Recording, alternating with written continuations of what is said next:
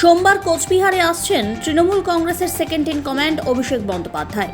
তার জন্য কোচবিহার থেকে কাকদ্বীপ পর্যন্ত 2 মাস ব্যাপী জনসংযোগ যাত্রা শুরু করতে চলেছেন তিনি। জানা গিয়েছে, প্রত্যেকটি বিধানসভা এলাকায় পৌঁছবে এই জনসংযোগ যাত্রা। আগামী 28 এপ্রিল জলপাইগুড়ি জেলায় এই জনসংযোগ যাত্রা শুরু হবে। প্রথমে গয়েরকাটা হয়ে ধূপগুড়ি বিধানসভা পর্যন্ত সোনাখালী মাজার শরীফে আসবেন অভিষেক। সেখান থেকে ডুয়ার্সের বানারহাট ব্লকের হলদিবাড়ি চা বাগানে বিরসা মুন্ডার মূর্তিতে পুষ্পার্ঘ্য অর্পণ এবং মাল্যদান করবেন। সেখানে কর্মীদের সঙ্গে বিশেষ বৈঠক করতে পারেন।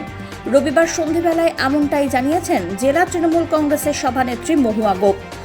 অভিষেক বন্দ্যোপাধ্যায়ের এই জনসংযোগ যাত্রা সফল করতে ইতিমধ্যেই জেলা তৃণমূল নেতৃত্ব ক্রান্তি, বানারহাট, ধূপগুড়ি, গয়েরকাটায় নেতৃত্বদের সঙ্গে বৈঠকে বসে।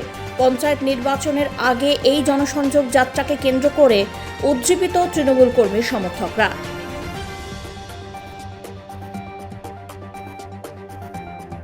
29 তারিখ দুদিন ব্যাপী জলপাইগুড়ি জেলায় ওনার প্রোগ্রাম থাকছে। আপনারা জানেন নিশ্চয় যে উনি নিজেই ঘোষণা করেছেন তৃণমূল ভবন থেকে যে কর্মসূচি, এক অভিনব কর্মসূচি এবং ভারতবর্ষের মধ্যে এই প্রথম তৃণমূল কংগ্রেস একটা রাজনৈতিক দল যেখানে আমাদের মাননীয় মুখ্যমন্ত্রী তথা আমাদের সকলের সভানেত্রী, দলের সভানেত্রী মমতা বন্দ্যোপাধ্যায়ের অনুপ্রেরণায় অভিষেক ব্যানার্জি, আমাদের সর্বভারতীয় তৃণমূল কংগ্রেসের সাধারণ সম্পাদক অভিষেক ব্যানার্জি কোচবিহার থেকে কাকদ্বীপ পর্যন্ত প্রচার অভিযান করবে।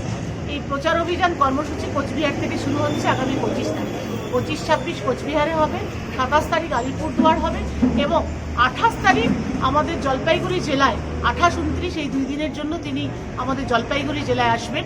তার এই কর্মসূচিতে, প্রচার অভিযান কর্মসূচিতে তিনি যে জনসংযোগ যাত্রা করছেন, সেই জনসংযোগ যাত্রা প্রথম যে পয়েন্ট রয়েছে আমাদের জলপাইগুড়ি জেলায়, যেটা আলিপুরদুয়ার জেলার পরে, বীরপাড়ার পরে, বীরপাড়া থেকে তিনি আসবেন।